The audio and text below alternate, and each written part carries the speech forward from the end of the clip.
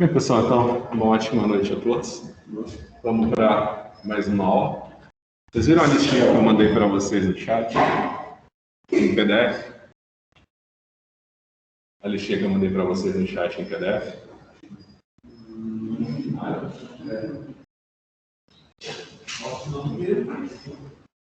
Está aqui no chat da reunião. Lista 1, PDF. Não, já tem um tempinho. Dá uma olhadinha.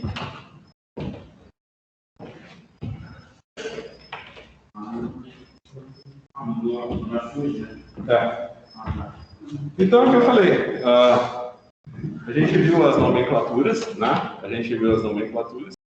E agora a gente vai entrar na parte que é muito importante da química, que talvez vocês tenham achado até meio complicado quando vocês fizerem ensino médio, mas aqui vocês vão ver que é muito simples, que é o balanceamento de reações e a estequiometria, né?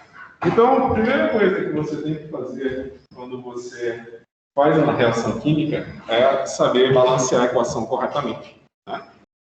Então, aqui, por exemplo, você tem a relação entre o fósforo e o gás clórico.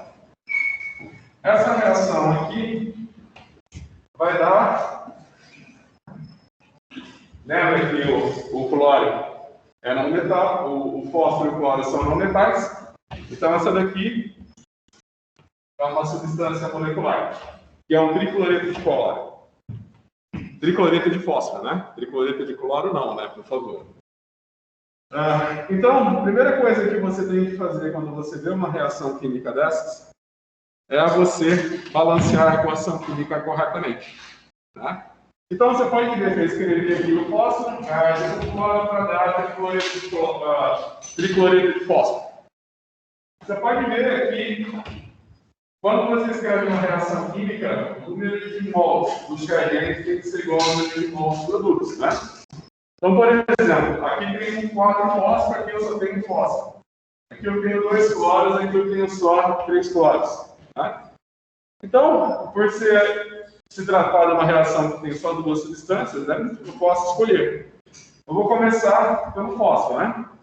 Então, se aqui eu tenho 4 fósforos, aqui eu tenho 4 fósforos também. Então, é só colocar um 4 aqui. Agora eu tenho 4 fósforos. 4 vezes 3, 12 cloros.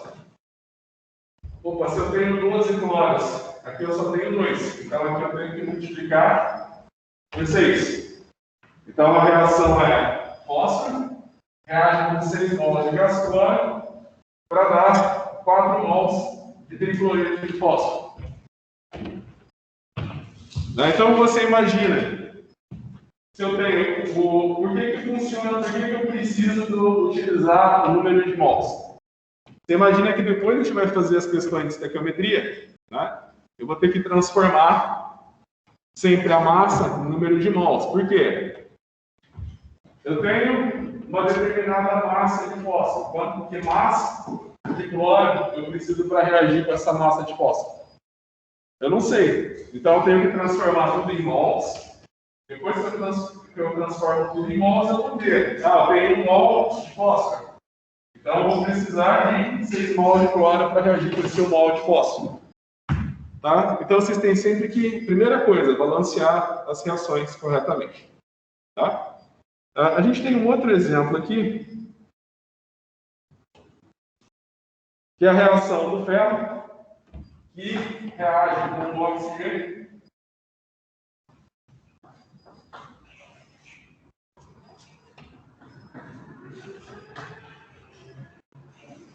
para dar ferrugem, né? Para dar o óxido de ferro, para dar o óxido de ferro 3.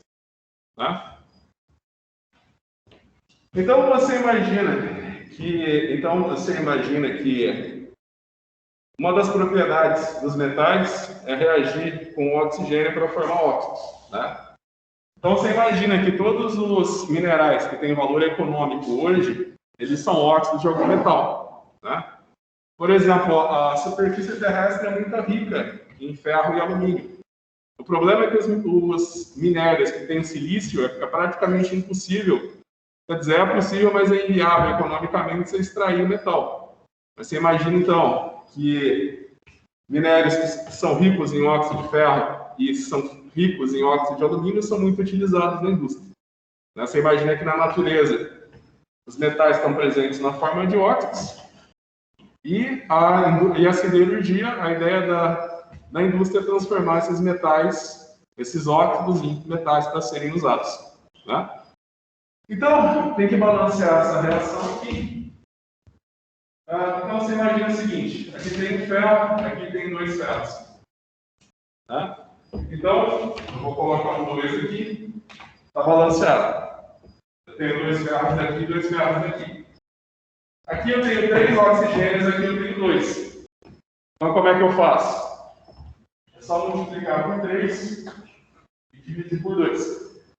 Aí o PAC fala que é errado você representar equações dessa maneira, com coeficiente quebrado. Isso é errado. Então, como é que a gente tira esse 2 da equação? Multiplica tudo por 2. Né? Então, a gente multiplica tudo por 2. Aqui fica 4. Aqui fica 3. E aqui fica 2. Tá? Lembrando, acho que no vestibular, eu lembro quando eu fiz vestibular, já tem bastante tempo, que tinha essas equações quebradas na apostila, né? Com coeficientes quebrados, né? É errado você fazer isso. Usa sempre números inteiros. Aproveitando que eu falei para vocês que uma das propriedades dos metais é formar óxidos, né?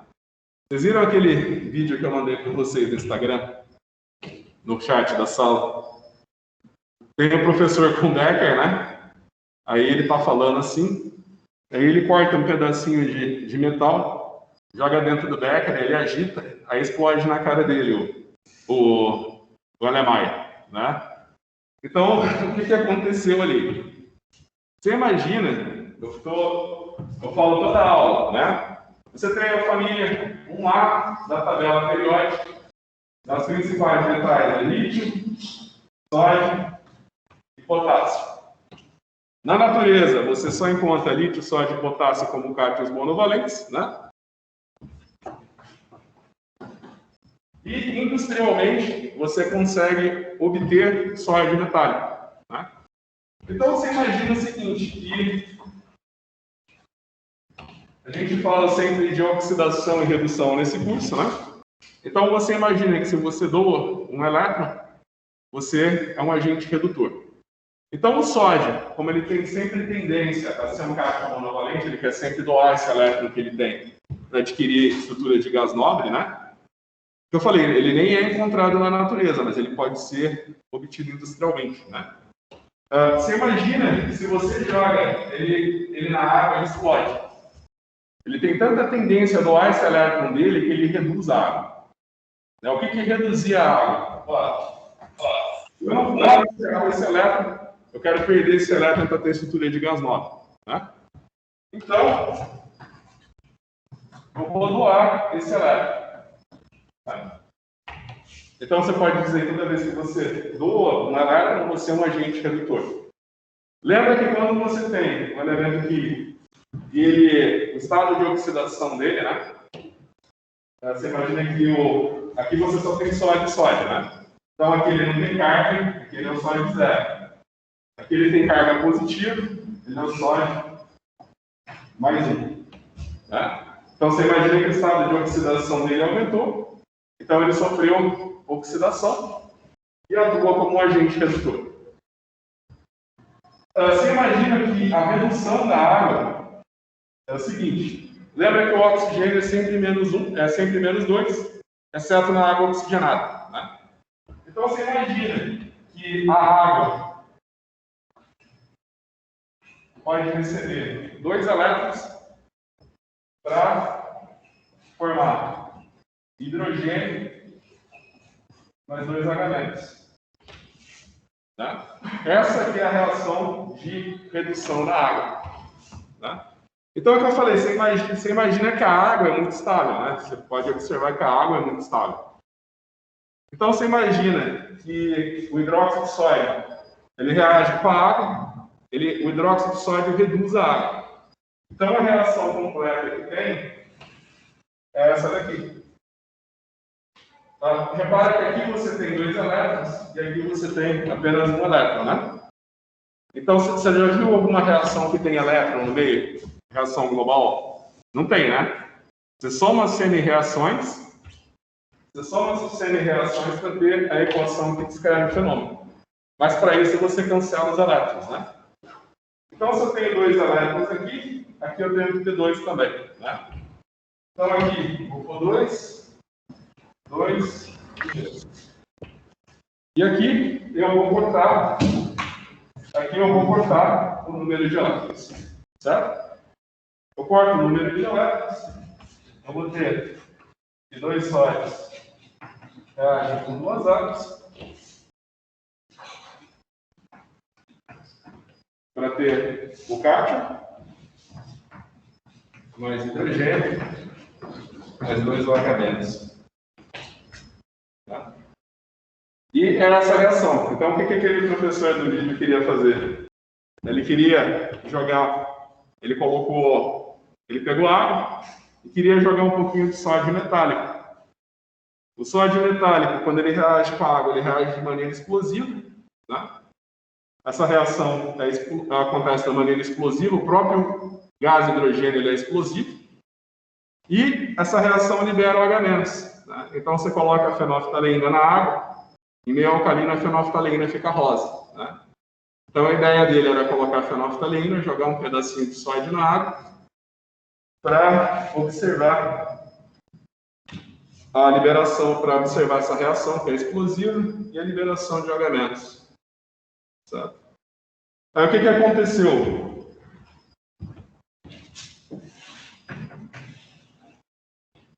Você imagina que todos os metais eles têm a tendência a reagir com oxigênio para formar óxidos. O sódio, né, por ele ser extremamente redutor, ele queima. Se você deixar ele exposto à atmosfera, ele reage com oxigênio naturalmente. Né? Coisa que não vai acontecer com outros metais, como o ferro e o alumínio, por exemplo. Tá? Então, o sódio ele é guardado numa solução de óleo mineral. O óleo, você deixa ele imerso no óleo mineral para evitar que o oxigênio da atmosfera oxide ele. Então, você imagina que o sódio metálico ele pode reagir com o oxigênio da atmosfera, tá? Para formar o óxido de sódio. Tá? Tem que balancear a reação.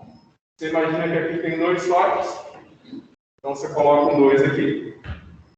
Aqui você tem um oxigênio. Aqui você tem 2. Então aqui é meio. Não pode deixar o coeficiente fracionário. Então eu vou multiplicar os 2 lados da reação por 2. Eu vou ter 4. 1 e 2. Tá? Então você imagina que o óxido de sódio ele já não reage, ele já não tem elétrons para oxidar a água. Então o que aconteceu? Ele jogou a pedrinha de sódio metálico na água, só que o pedacinho que ele jogou estava coberto com óxido de sódio. Esse óxido de sódio foi reagindo com a água, né?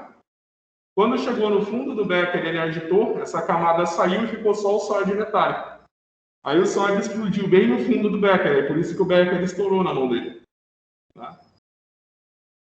Aquele videozinho que eu mandei para vocês. Tá? Então, lembrem-se que também uma das propriedades dos metais é reagir com o oxigênio para formar os óxidos. Tá?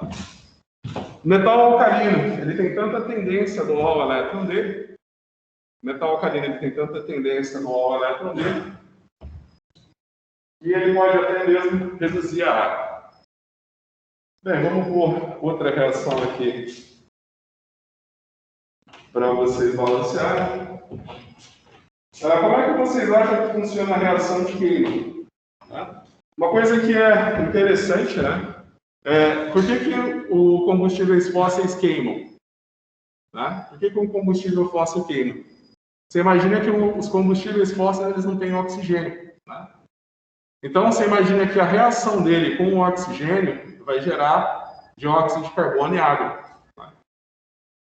Então, toda vez que você tem a reação de um hidrocarboneto, então aqui tem o exemplo C6, H8, que reage com oxigênio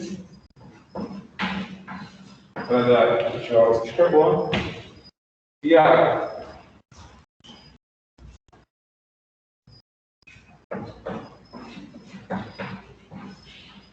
Como que você balanceiam essa reação? Tenta balancear essa reação.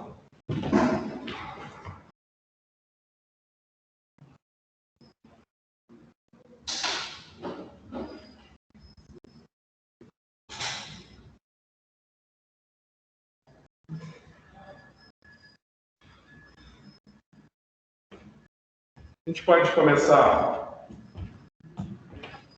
Quando você, nesse primeiro exemplo que eu dei aqui para vocês no quadro 1, você só tinha dois elementos, né? Então, tanto faz por qual você começa. Nessa daqui você tem carbono, hidrogênio e oxigênio. Né? Então você começa por um elemento que é diferente de oxigênio e hidrogênio, no caso carbono. Tá? Então deixa eu ver. Eu tenho 6 carbonos aqui. Então eu vou ter desse lado 6 CO2. Tá? Então você imagina que aqui eu vou ter 6 CO2. Para balancear os hidrogênios aqui, eu vou precisar de 4 águas. Então eu tenho mais 4 águas aqui. Eu balanceei carbono e hidrogênio. Aqui falta balancear o número de oxigênio. Tá? Então você pode olhar. Aqui eu tenho 6 vezes 2, 12. 4 vezes 1, mais 4. Então eu tenho 16 oxigênios. Tá? Então, eu vou precisar de 8 oxigênios para reagir com esse hidrocarboneto. Nesse curso a gente não vê nomenclatura de substâncias orgânicas, né? Mas você imagina que cada carbono, né? Você tem um carbono metano, 2 carbonos etano, 6 carbonos hexano. Tá? Você imagina que esse é um hidrocarboneto que só tem ligações simples, ele não tem dupla ligação. Então, no caso, é a reação do hexano com o oxigênio. Tá? Você imagina que os hidrocarbonetos eles servem como combustível justamente por isso, né? Eles só têm ligação carbono-hidrogênio, carbono-carbono. Então, eles podem reagir com o oxigênio. Tá?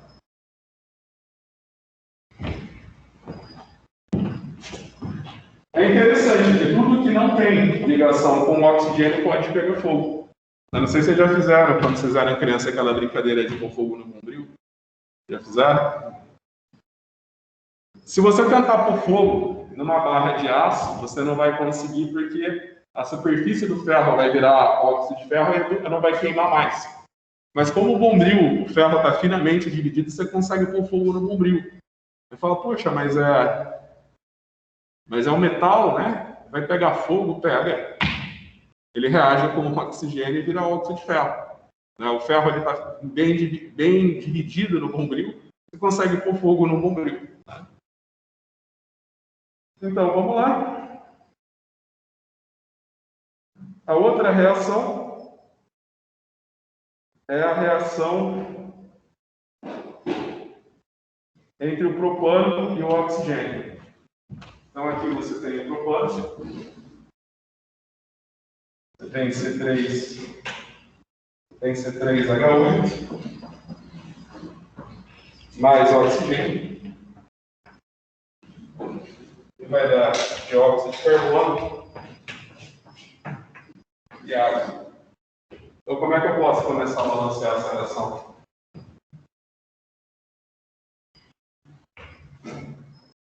Como que eu posso começar a balancear essa reação?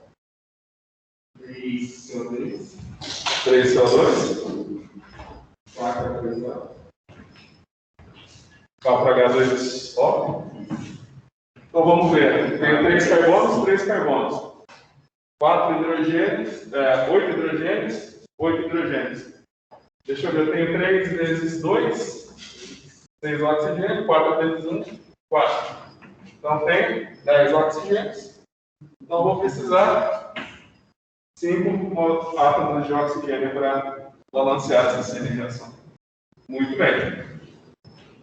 Vamos balancear mais um?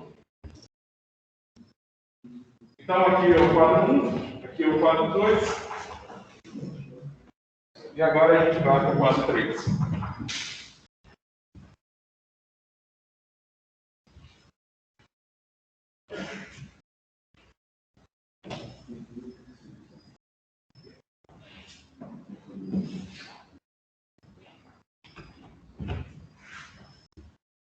Você tem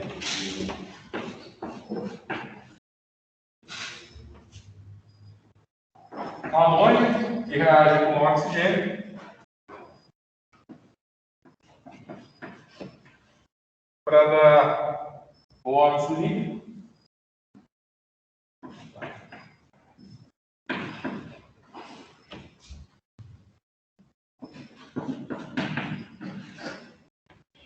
Então, esse semestre, né, eu comecei a fazer a abertura do curso. Eu fiz aquele quiz para ver o que vocês já sabiam de química, tudo. Mas geralmente eu sempre conto a história da importância da engenharia. Tá? Você imagina que hoje a gente tem essa produção mundial, né, em larga escala de alimentos, porque o homem conseguiu desenvolver um processo industrial para produzir amônio. Tá? Você imagina que antes do processo Fritz-Haber, né, que eles conseguiram fazer a reação do nitrogênio com hidrogênio para produzir amônio, né, você imagina que eles chegavam ao ponto de extrair nitrato de sódio do Chile e importar para os países da Europa para poder fazer a fertilização dos solos. Aí, uma vez que o processo Haber foi desenvolvido, não valia mais a pena minerar o nitrato de sódio, né? O nitrato de sódio, e toda essa produção agora é industrial. Né? Mas você pode ter...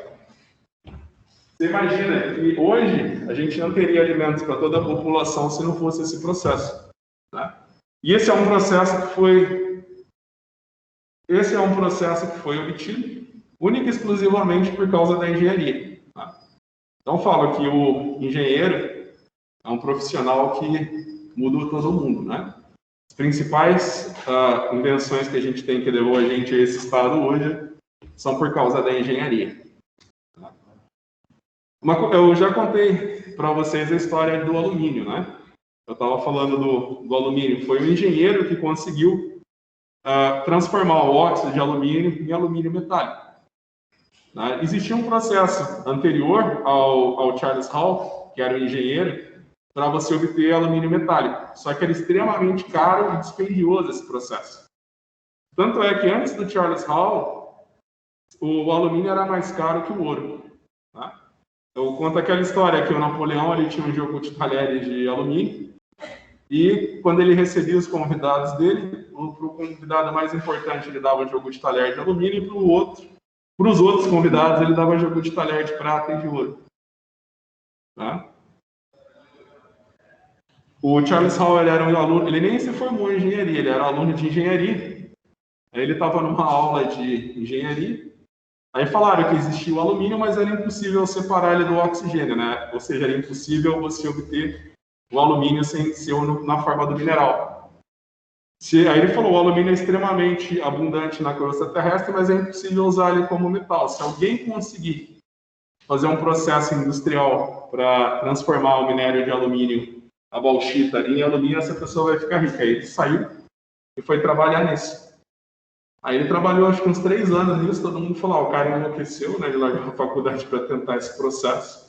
Depois de 3 anos ele conseguiu. E até hoje a gente usa o processo Hall para obter o alumínio metálico. Tá? Então você imagina que tudo que você vê de alumínio é por causa do engenheiro. E também tudo que você come também, você imagina que tudo que você está comendo ele foi fertilizado com amônia que foi produzido no processo Haber, que também é um fruto da engenharia. Então, você imagina que o engenheiro é sempre um profissional que vai mudar o mundo. Você imagina que a amônia em si, você não consegue fertilizar nada com amônia, porque a amônia é um gás, né? Então você reage a amônia com o oxigênio para produzir o óxido de nitrogênio, que depois vai virar o ácido nítrico. Então essa reação aqui, como que eu começo balanceando ela? Aqui eu tenho nitrogênio, aqui eu tenho nitrogênio, então já está balanceado. Então eu vou balancear agora o nitrogênio, né? Então você imagina que aqui eu tenho 3 e aqui eu tenho 2, né? Então o que eu vou fazer? Vou multiplicar por 2/3. Não dá por causa da água aqui, né? Então deixa eu ver. Eu vou colocar 2 amônias, que vai dar 2 óxidos de hidrogênio. E aqui eu tenho 6 hidrogênios, né? Então eu vou colocar 3 águas. É isso?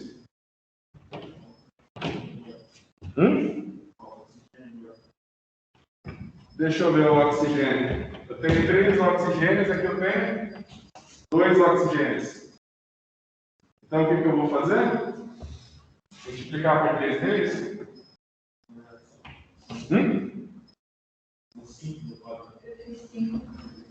Perdão. Eu tenho 2 aqui, mais 3 aqui, então são 5. Aqui eu só tenho 2, né? Então vou multiplicar por 5 vezes. Tá? Aí é errado colocar o número quebrado, então eu multiplico tudo por 2. Então aqui eu vou ter 4. Aqui eu vou ter 5. Aqui eu vou ter 4. E aqui eu vou ter 6.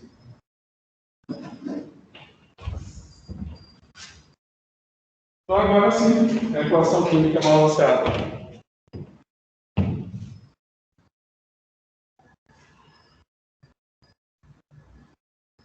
A gente tem essa reação. Essa reação aqui que eu falei que é a reação que mudou o mundo.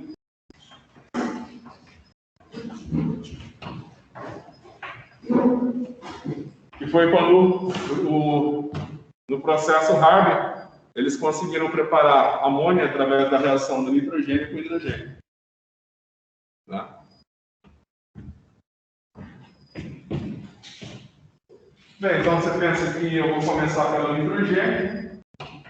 Eu tenho 2 nitrogênios aqui, então 2 hidrogênios. 2 vezes 3, 6 hidrogênios. Opa, então é só colocar um 3 aqui e eu fecho os 3 hidrogênios. Sabe? Essas aqui são reações bem simples. Tá? E nenhuma delas envolve a transferência de elétrons. Aqui embaixo, eu coloquei uma figura para vocês que eu tirei do livro texto, que a gente segue nesse curso. E aqui a gente tem alguns exemplos de formação de precipitado. Né? Então, por exemplo, uma coisa que é importante vocês lembrarem quanto à solubilidade.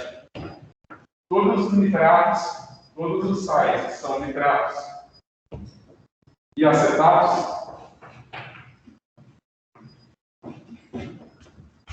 hipermanganatos,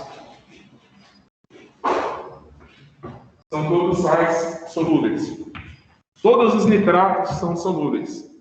Né? Por um outro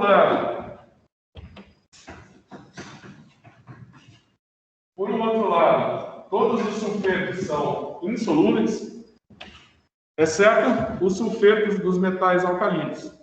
Então, toda vez que você vê um sulfeto, você tem certeza que você está falando de um sal insolúvel. Tá? A não ser que seja sulfeto de metal alcalino ou de amônio. Então, por exemplo, sulfeto de sódio, sulfeto de potássio,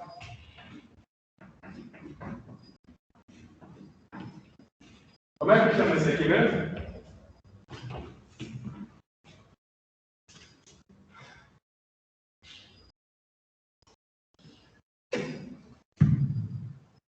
Sulfeto de amônio. Todos os sulfetos são insolúveis, exceto os sulfetos de metais alcalinos e de amônio. Toda vez que você vê um sal que tem sódio, potássio e amônio, você está falando de um sal solúvel. Todos os sais que têm metais alcalinos são solúveis. Então, na figura que eu estou mostrando aqui para vocês, estou mostrando aqui embaixo a figura, vocês têm aqui alguns exemplos, né, de formação de sulfetos e cromatos.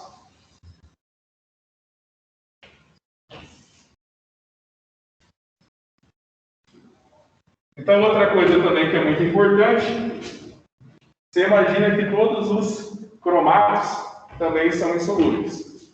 Já lembrando da nomenclatura.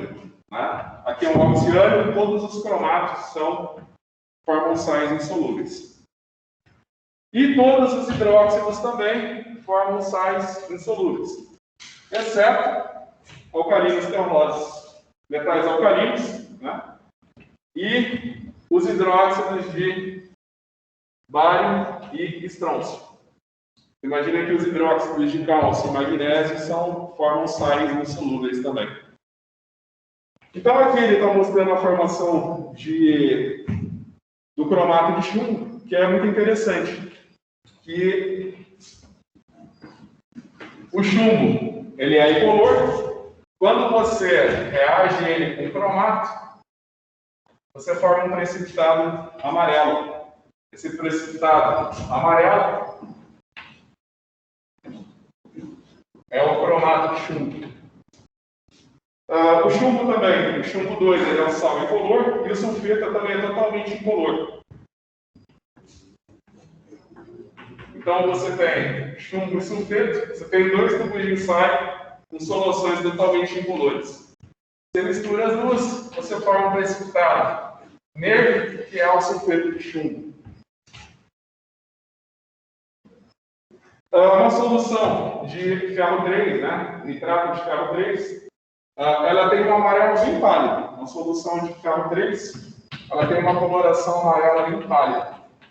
Como eu falei para vocês, todos os hidróxidos são insolúveis, exceto os hidróxidos de metais alcalinos, bário e estrôncio. Todos os demais são insolúveis.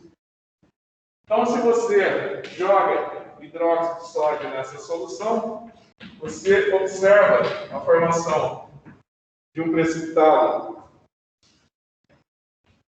alaranjado, que é o hidróxido de ferro. A prata,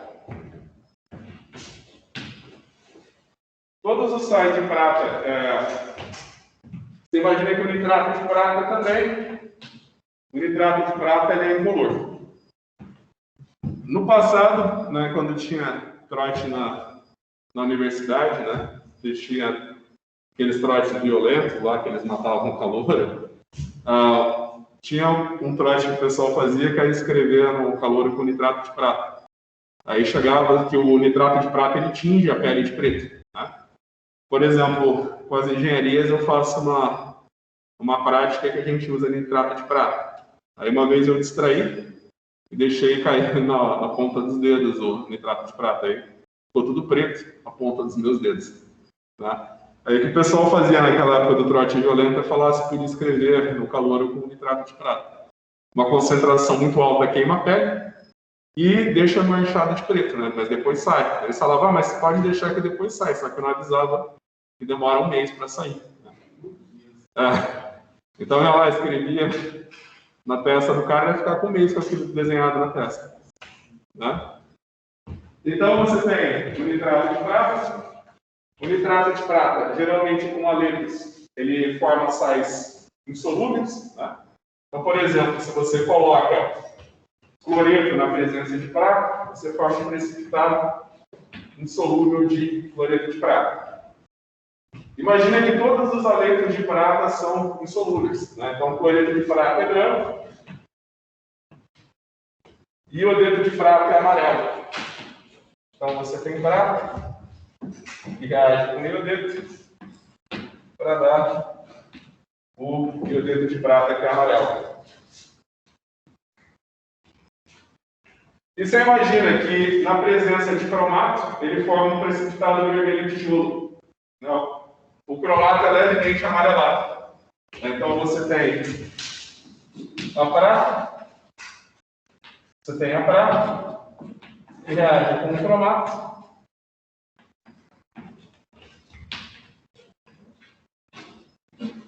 Para formar o cromato de prata, que é vermelho de tijolo.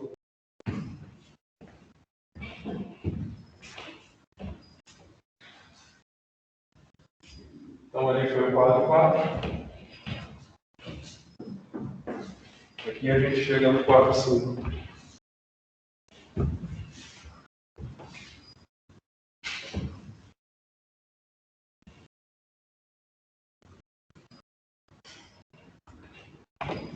Lembrem-se que todos os sulfatos são solúveis, exceto o sulfato de metais alcalinos terrosos e de chumbo.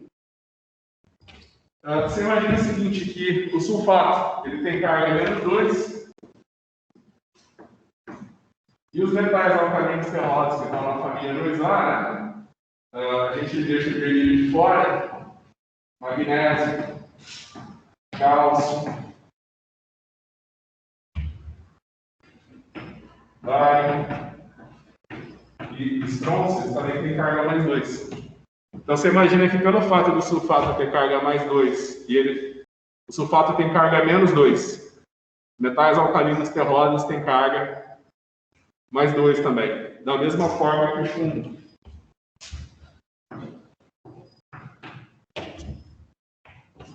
Então você imagina que o sulfato, todos os sulfatos são solúveis, exceto o sulfato de metais alcalinos terrosos e de chumbo. Aletos. Você imagina que todos os aletos são, exceto o fluoreto, né? Todos os aletos são solúveis, exceto os aletos de prata. Então, o que seriam aletos? Lembra que lá no começo do curso, falou na família 7A, os halogênios ganham um elétron para adquirir configuração de gás nobre. Tá? Fluoreto, brometo e ioleto. Então você imagina que todo sal que tiver aletos, eles são solúveis, exceto os aletos de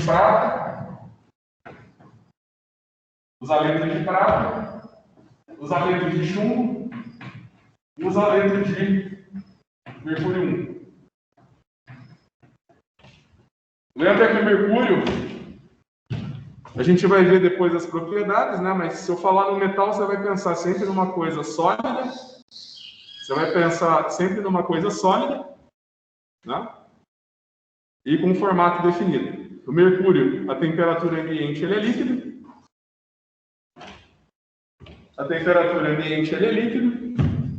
E ele é o único metal que forma cátion desse tipo.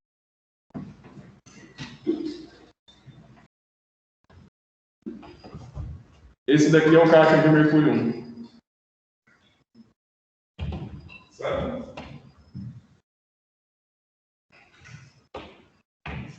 Então aqui a gente tem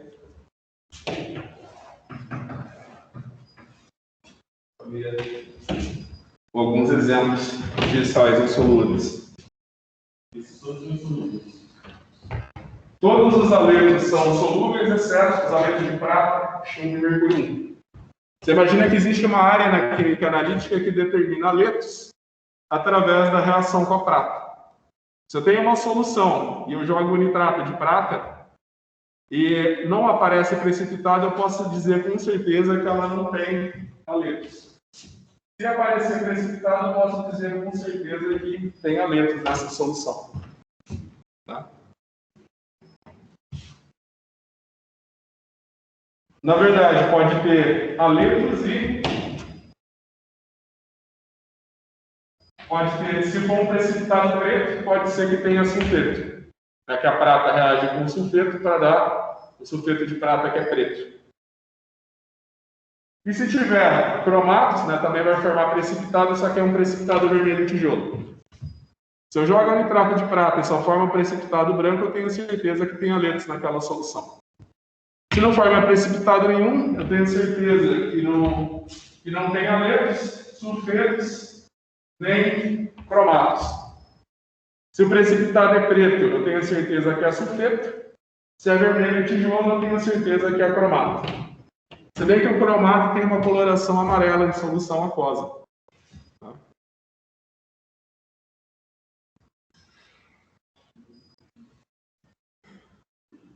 Então, aqui na figura B, que eu estou mostrando acima para vocês, tem os exemplos, né, de cores que os sulfetos têm. Então, por exemplo, o cário. Então, aqui o quadro 4. Aqui o quadro 5.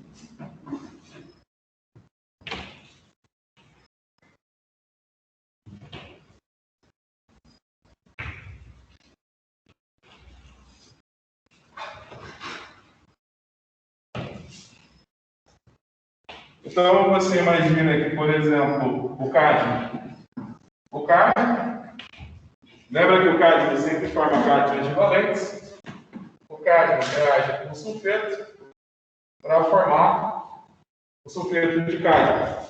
O sulfeto de cádmio é amarelo. O antimônio.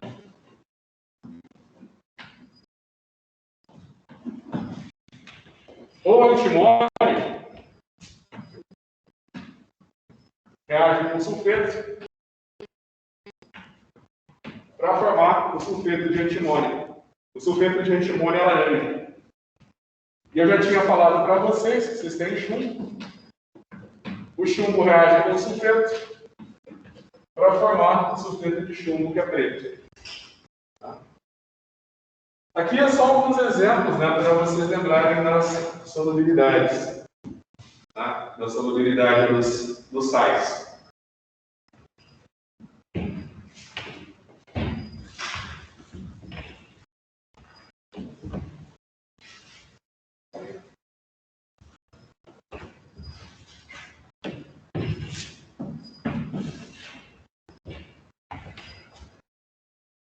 Lembra no comecinho do curso que eu peguei a tabela periódica do PubChem com vocês?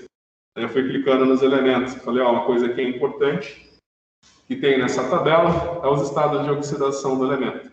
Tá? Aí eu falei para vocês, por exemplo, se você clica no metal alcalino, como o sódio na família 1A, ele vai te dar um único estado de oxidação, que é mais 1. Se você clica no metal alcalino ferroso, ali na família 2A, o cálcio, por exemplo, ele vai te dar um estado de oxidação, mais 2. Se você clica na família 7A, no halogênio, por exemplo, como o cloro, ele vai te dar uma série de opções. Tá? Ele vai te dar mais 7, mais 5, mais 1 e menos 1. Tá? Você imagina que o menos 1 é quando ele é cloreto, o mais 1 é quando ele é hipoclorito, o mais 5 é quando ele é clorato, e o mais 7 é quando ele é perclorato. Tá? Você saber os estados de oxidação. Por que eu estou falando isso? As reações têm... Você imagina assim que quando eu cheguei na FURB, um já tinha falecido, que era o professor Raimo Miller, e eu tive o prazer de trabalhar com o professor Darcy de Souza. Eles lecionaram nessa instituição por mais de 30 anos, os dois. Né? E quando eles iam dar essa aula de reações químicas, eles falavam, existem dois tipos de reações.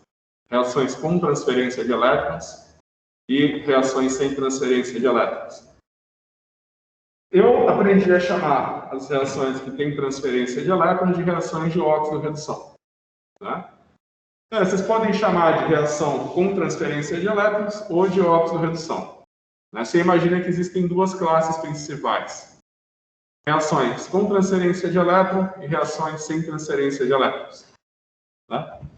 Então, vamos falar de reações com transferência de elétron. Então, aqui embaixo, A gente tem um exemplo. Não sei se alguém aqui já fez técnico em eletrônica, né? Então aqui... Vamos dividir em ordem. 6, 7, 8. Alguém já fez técnico em eletrônica? Como é que dissolve um circuito de cobre? Como você dissolve um circuito de cobre? Você reage, geralmente é cloreto nitrato de ferro 3, com o cobre metálico. Quando essa reação acontece, o ferro 3 vira ferro 2 e o cobre se dissolve. Por quê? Porque ele vira cobre mais 2. Por que é uma reação com transferência de elétrons? Você imagina que estado de oxidação dos elementos está se operando. Tá? Você tem ferro 3 e está indo para ferro 2. Então você imagina que ele está ganhando um elétron, né? Lembra que o elétron tem, por definição, o elétron tem carga negativa? Então, se o ferro 3 virou ferro 2, ele está ganhando um elétron. Se o cobre metálico se solubilizou para virar um cátion, então você imagina que ele está doando 2 elétrons. Repara que nas reações que eu resolvi no começo da aula, os reagentes e os produtos não tinham carga. Né? Nessa reação que eu estou mostrando para vocês, os reagentes e produtos têm carga. Tá? Pode ver, se você for olhar só pela massa, você vai falar, essa reação aqui está balanceada, né? Se eu for olhar só a massa, ó. Eu tenho um ferro daqui, um ferro daqui, um cobre daqui, um cobre daqui. Está balanceado. Só que se você for olhar, a carga dos dois lados não é igual. A massa dos dois lados tem que ser igual e a carga também. Você pode observar que desse lado eu tenho carga mais 3 e desse lado eu tenho carga mais 4. Então a reação não está balanceada. Sabe? Então o que eu faço para balancear essa reação? Eu somo as semi-reações, só que eu vou ter que cancelar os elétrons. Como que eu faço isso? 2, 3. Corta. Então, eu tenho 2 ferro 3 mais, e reage com cobre para dar ferro 2 mais cobre 2 mais. Certo? Vamos agora para o quadro 9.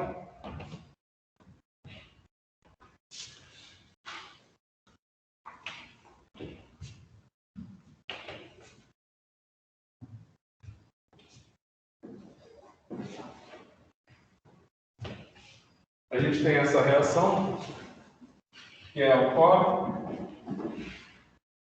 2 mais que reage com zinco, para formar cobre metálico e o cátion zinco. Tá? Essa reação, você imagina que o cobre vai ganhar 2 elétrons para virar um cobre metálico. O zinco, ele vai virar um cátion e vai doar 2 elétrons. Então você imagina que você soma essas semi-reações, você vai ter então cobre 2 mais zinco metálico, vai dar zinco 2 mais cobre metálico. Então você imagina que aqui você tinha um estado de oxidação mais 2 e foi para 0. Então você foi de mais 2 para 0. O estado de oxidação diminuiu, então o cobre foi reduzido. Aqui você tinha o zinco, foi de estado de oxidação 0 para mais 2. Então se o estado de oxidação aumentou, ele foi oxidado.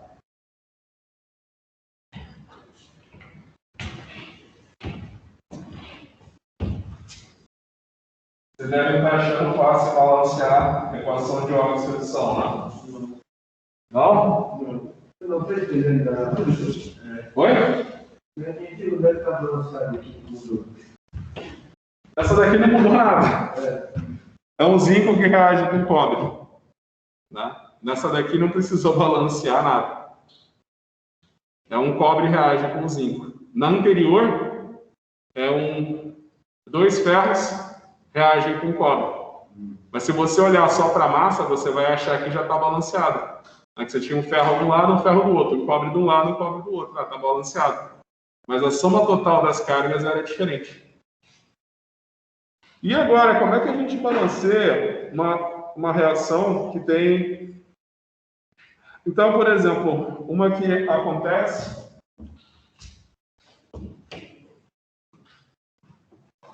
é o permanganato.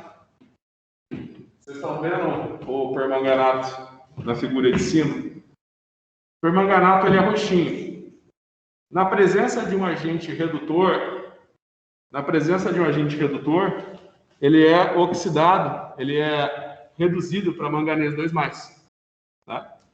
Então você imagina que você tem o permanganato, que é roxinho,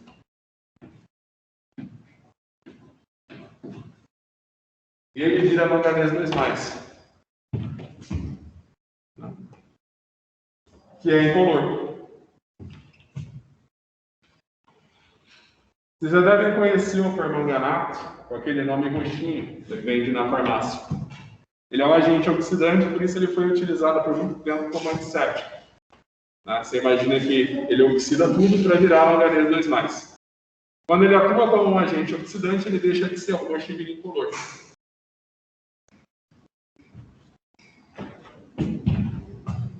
Então a gente tem a reação do permanganato, que reage com o ferro 2, vai dar ferro 3. Vocês saberiam balancear essa equação?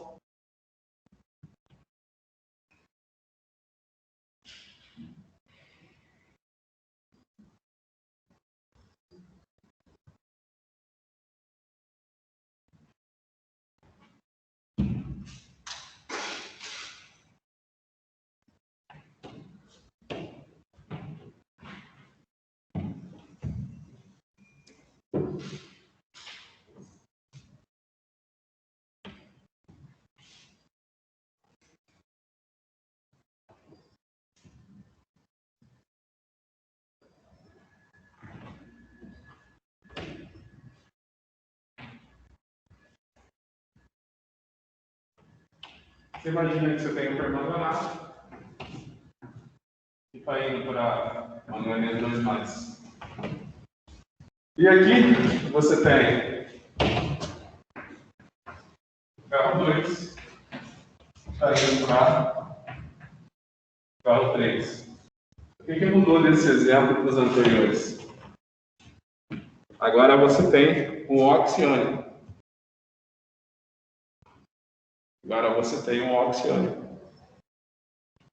Então, primeira coisa que você vê, aqui eu tenho manganês, aqui eu tenho manganês. Está balanceado. Aqui eu tenho 4 oxigênios, aqui eu não tenho nenhum. Como é que eu balanceio o oxigênio? Você imagina que quando você tem um oxiônio envolvido, a reação vai acontecer ou em meio ácido ou em meio alcalino. Né? Então, o permanganato ele é um reagente oxidante forte em meio ácido. Então, eu vou balancear essa reação em meio ácido. Para cada oxigênio que eu tenho aqui, eu vou colocar 2H+. Então, quando eu tenho 4 oxigênios, vou colocar 8H+. Então, desse lado, eu vou colocar 4 águas. Você imagina que cada um desses oxigênios vem para cá como uma água. Certo? Olhando para essa equação agora, eu tenho massas iguais dos dois lados, mas cargas diferentes. Eu vou acertar as cargas com elétrons. Então você imagina que aqui eu tenho carga mais 8 menos 1. Carga mais 7. Ó, o hidrogênio, né? Ele tá H+, 8. Permanganato menos 1. Você tem 8 menos 1, mais 7. Desse lado, eu só tenho essa carga aqui de manganês mais 2. Então eu tenho carga mais 2 desse lado. Então desse lado eu tenho mais 5, desse lado eu tenho mais 2. Eu vou acertar a carga com elétrons, né? Então para deixar a carga igual dos dois lados, eu tenho que colocar 5 elétrons aqui. E no caso do ferro, eu tenho 2 elétrons, aqui eu tenho carga mais 2, aqui eu tenho carga mais 3. Tá?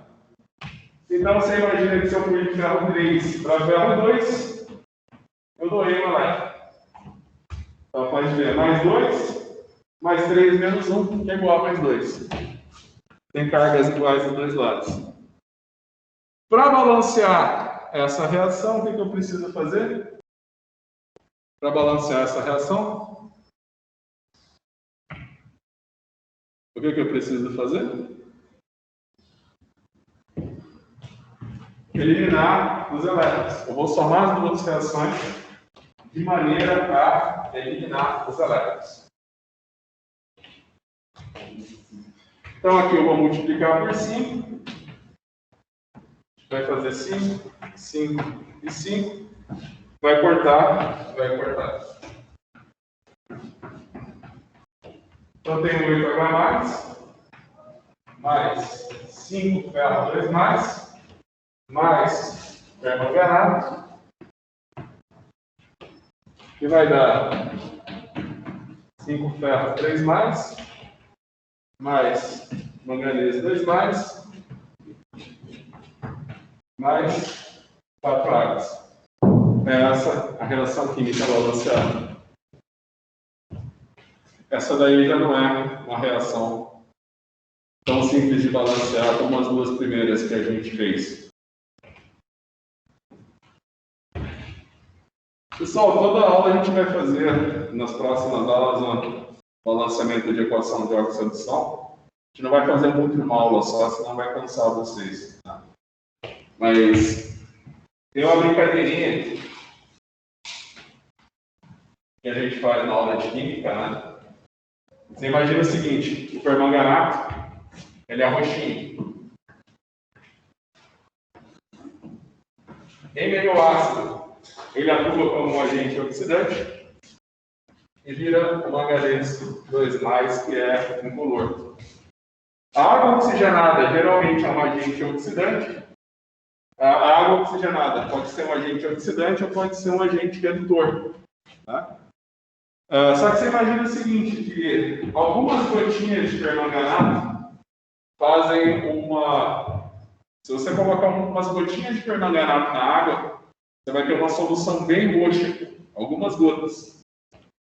E você imagina então que uma solução de água oxigenada, como a água oxigenada não tem cor, né?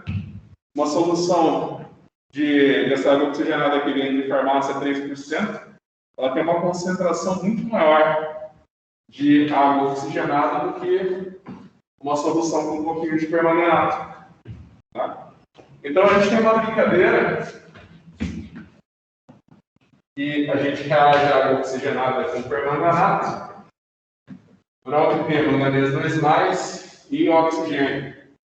Isso tudo aqui em meio ácido. Tá? Então o professor Décio, ele fazia a brincadeira que ele chegava, colocava permanganato na água, né? Ele falava assim, ó, o que acontece o que acontece, né, o que acontece, né, você joga água oxigenada, você joga permanganato na água, a solução fica colorida por causa do roxinho da permanganato. Só que se você joga água oxigenada em cima, o roxo desaparece e a solução fica totalmente incolor. É uma reação bem interessante de mostrar. Na aula que vem eu balanceio essa daqui, vocês tentem balancear essa reação em casa. E na aula que vem a gente balanceia. Senão, o que eu falei, se a gente ficar uma aula inteira só balanceando a reação, eu vou cansar muito vocês com essa parte. Então tentem fazer de tarefa de casa. E eu acho que nesse momento todos vocês devem ter uma dúvida. Como que eu sei se a reação acontece em meio ácido ou em meio alcalino?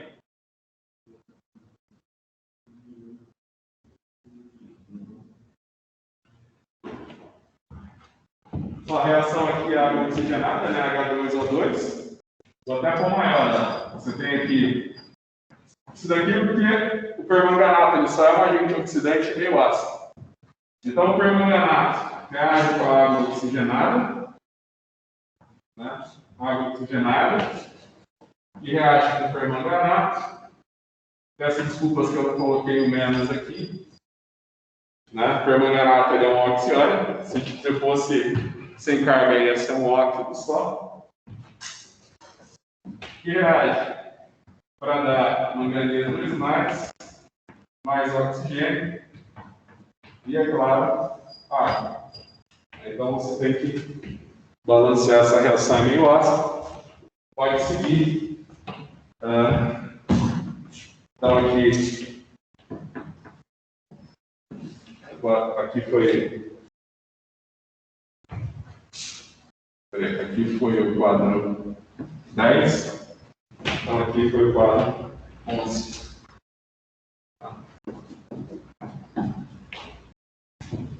Então você pode tentar balancear essa reação. Observa como foi feito aqui no quadro 10.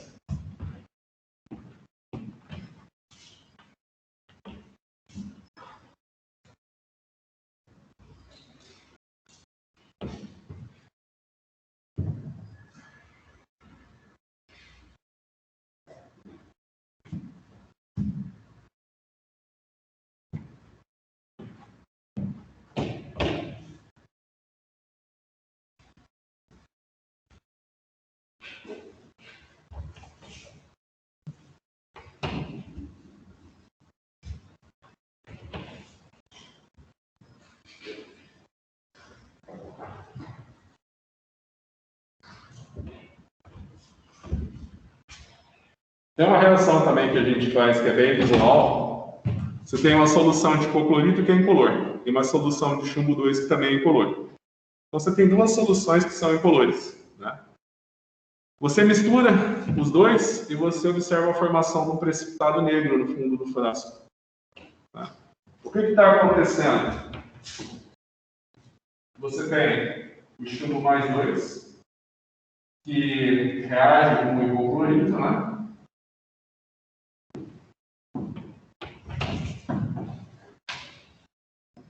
Isso daqui para dar óxido de chumbo 4 mais cloreto. Vocês acham que essa reação acontece em meio ácido ou em meio alcalino?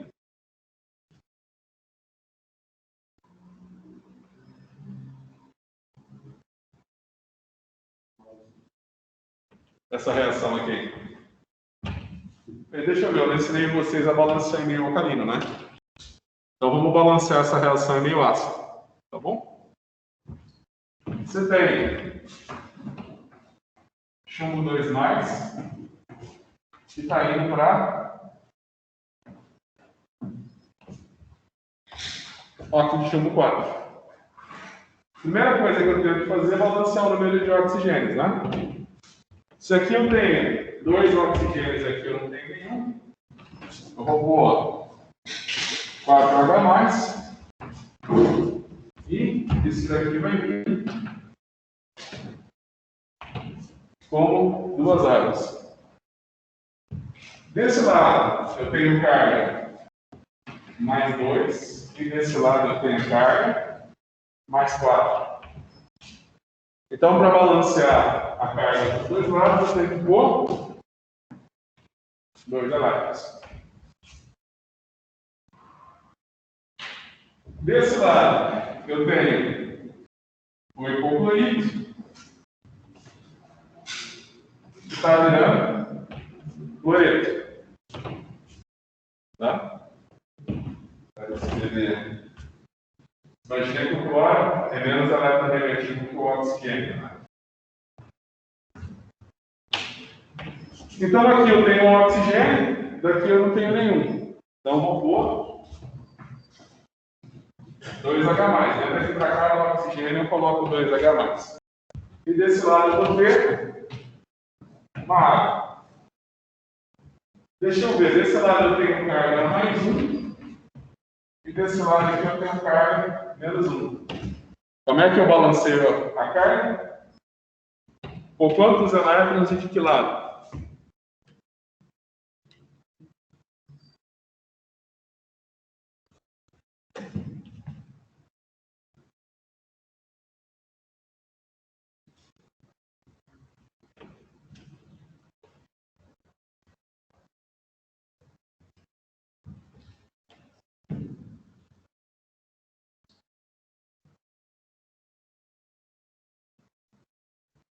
Ou quantos elétrons e de que lado? Ó, o elétron tem carga negativa, eu coloco 1, 0. Mais 1, menos 1. Então coloco mais 2 elétrons aqui. Então, ó, já tem 2 elétrons aqui, 2 elétrons aqui. 2H+ daqui, 4H+ daqui. Então a reação fica duas águas que reagem com hipoclorito, mais chumbo 2+, para dar dióxido de chumbo, óxido de chumbo 4, cloreto e água. Aí vem a pergunta, e mais, perdão, eu não coloquei a, não tem água aqui, aqui é o H+, né? Mais 2H+.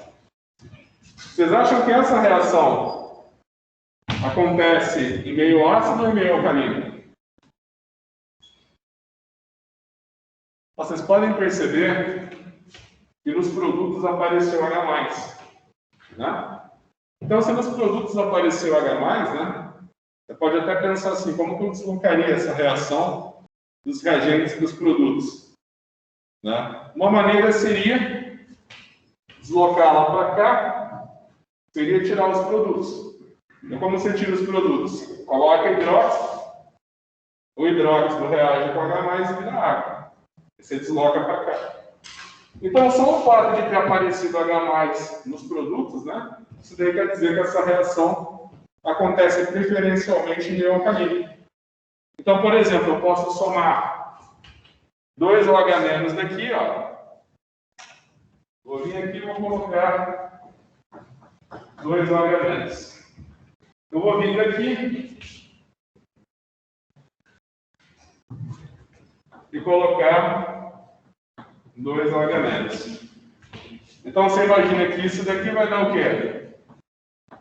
2 águas.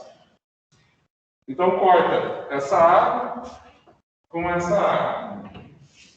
Então você chega na reação de 2 OH- mais chumbo 2+, mais hipoclorito, vai dar óxido de chumbo 4,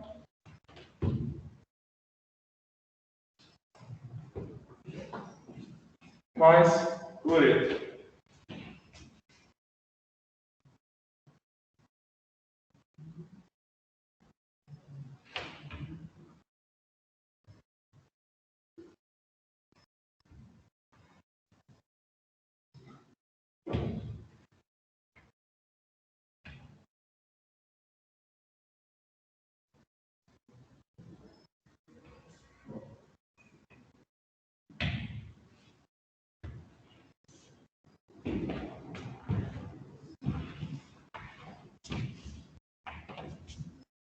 Será que eu deixei alguma coisa de fora?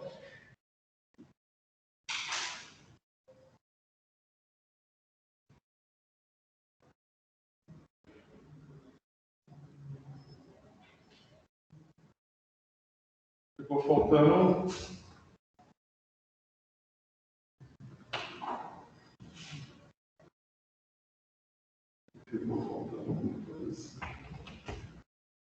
Enfim, você imagina que essa reação vai acontecer em meio alcalino. Né? Só de você ver H+ nos produtos, isso quer dizer que a sua reação vai acontecer em meio alcalino. Vamos fazer, antes da gente sair para o intervalo, vamos fazer um exercício de estequiometria antes do intervalo.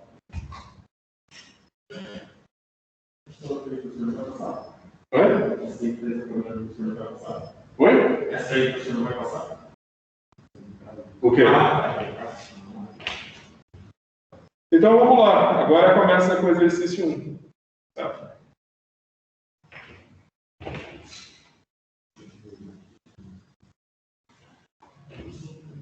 Então agora a gente vai fazer o exercício 1 da lista. Pessoal, então você sabe que o número de mols é igual a massa dividido por massa molecular. Então, por exemplo, você olha na tabela periódica, o carbono tem massa molecular 12. Tá? Então, você imagina o seguinte, você tem 24 gramas de carbono. Você sabe que a massa molecular do carbono é 12 gramas mol. Então, você vai dizer que 24 gramas de carbono, você tem 2 mol de carbono. Por que você tem que usar esse conceito de mol? Você imagina que as reações acontecem mol por mol, né? Só que a massa das moléculas, dos átomos que estão reagindo são diferentes. Né? Então aqui a gente vai ter um exemplo disso no exercício 1. Qual é a massa de cloro necessária para reagir com 1,45 gramas de fósforo branco? É o P4. Então a gente tem o exercício 1 da lista.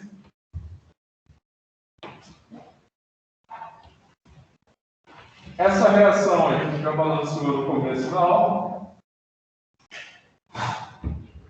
Então você tem o fósforo que vai reagir com o cloro para dar o tricloreto de fósforo. Lembra da nomenclatura, né? Cloro e fósforo são não metais. Então você tem o cloro que reage com o fósforo para dar o tricloreto de fósforo. Aqui você tem 4 fósforos, então aqui eu ponho 4. Tá? Aí você tem 4 vezes 3, 12. 12 cloros, então é só 1,6 aqui. Eu balancei a reação. Isso aqui a gente fez no começo da aula. Então a pergunta é a seguinte. Né? Vocês podem abrir a listinha.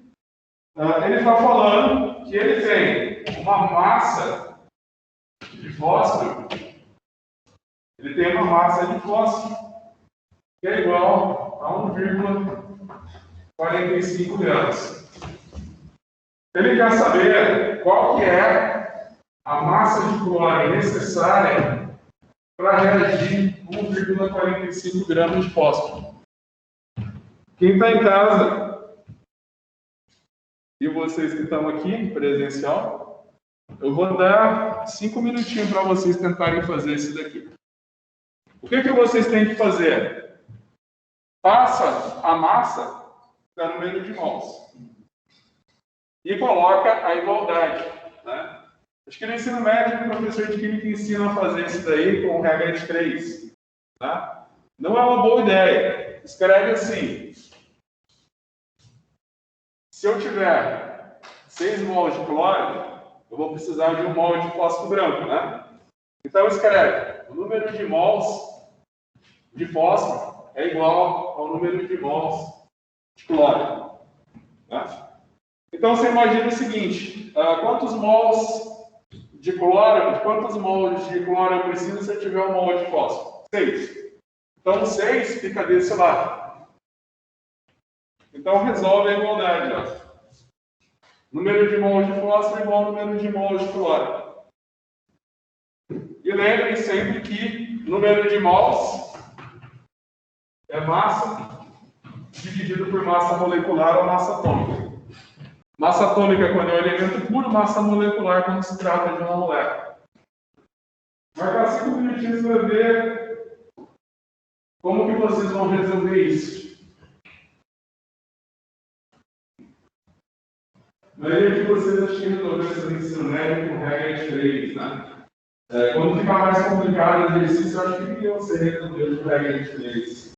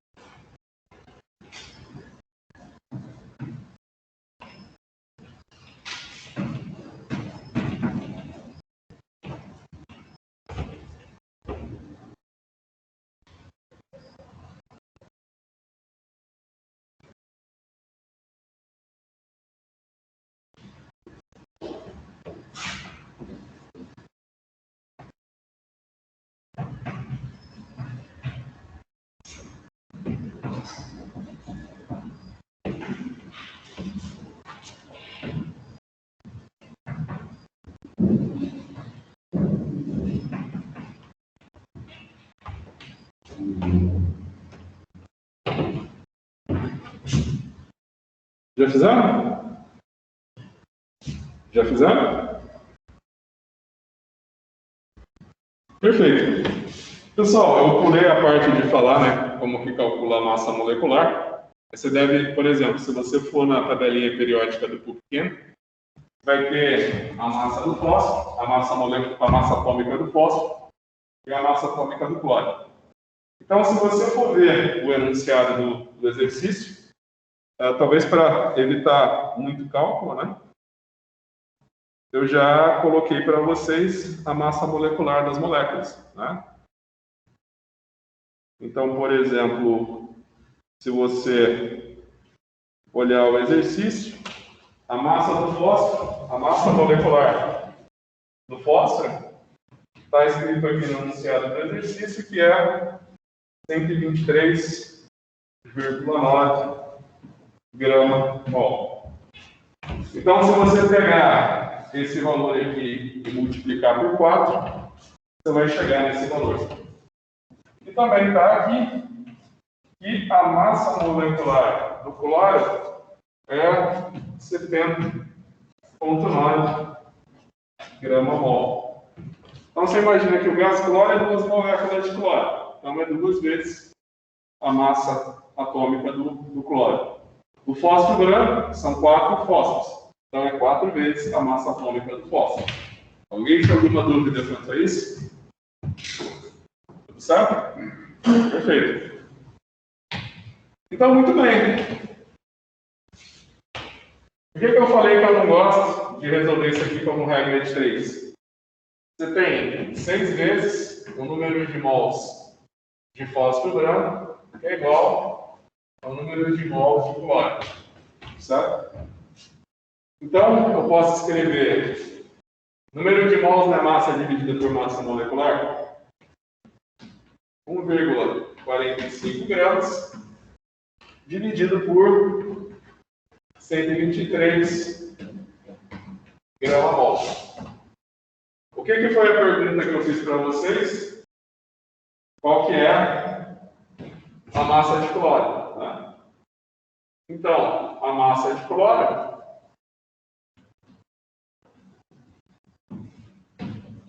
número de mols de cloro é massa sobre massa molecular. Então, para eu achar a massa de cloro, é só eu passar a massa molecular para cá, multiplicando. Né? Então, eu vou ter que a massa de cloro que eu preciso é 6 vezes 1,45 gramas, vezes a massa molecular do cloro, que é 70,9 grama-mol, dividido por 123 grama-mol, que é a massa molecular do fósforo. Vocês que são calouros, né? Vocês já estão acostumados a usar a calculadora científica? Dá igual, abre parênteses, 6 vezes 1,45 vezes 70,9, fecha parênteses, dividido por 123.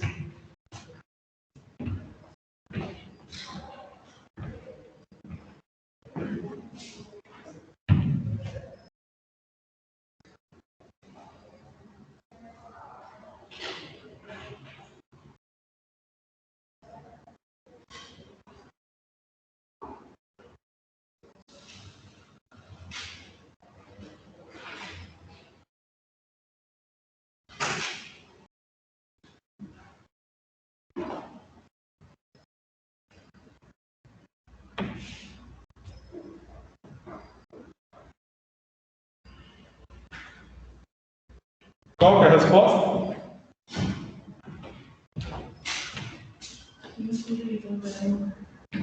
5,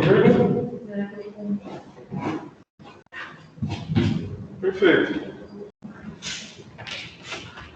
Deixa eu ver que horas são.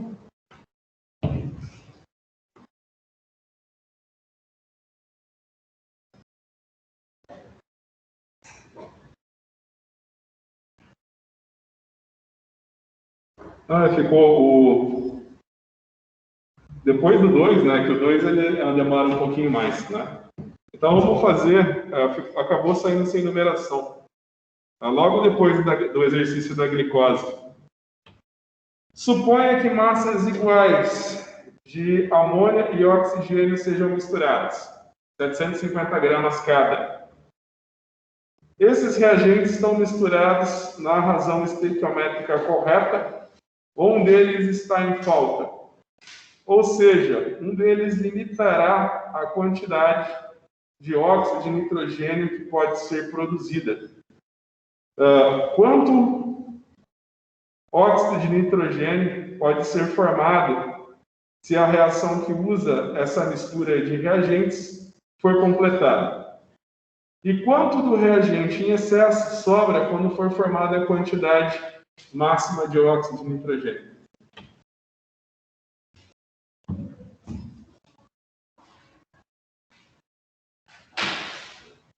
Pessoal, isso daqui também eu acho que ele não vai resolver em 10 minutos. Então, para a gente não ter que parar no meio, né? Eu acho que a gente pode fazer, então, o intervalo agora até as 8h20. Aí, 8h20 a gente toma e vai direto. Né? Eu acho que é chato, a gente começa a fazer, aí para, volta. Aí também, tipo, aí dá 8h30, eu não soltei vocês para o intervalo aí. Então, vamos fazer um intervalinho. Já pensa nesse exercício.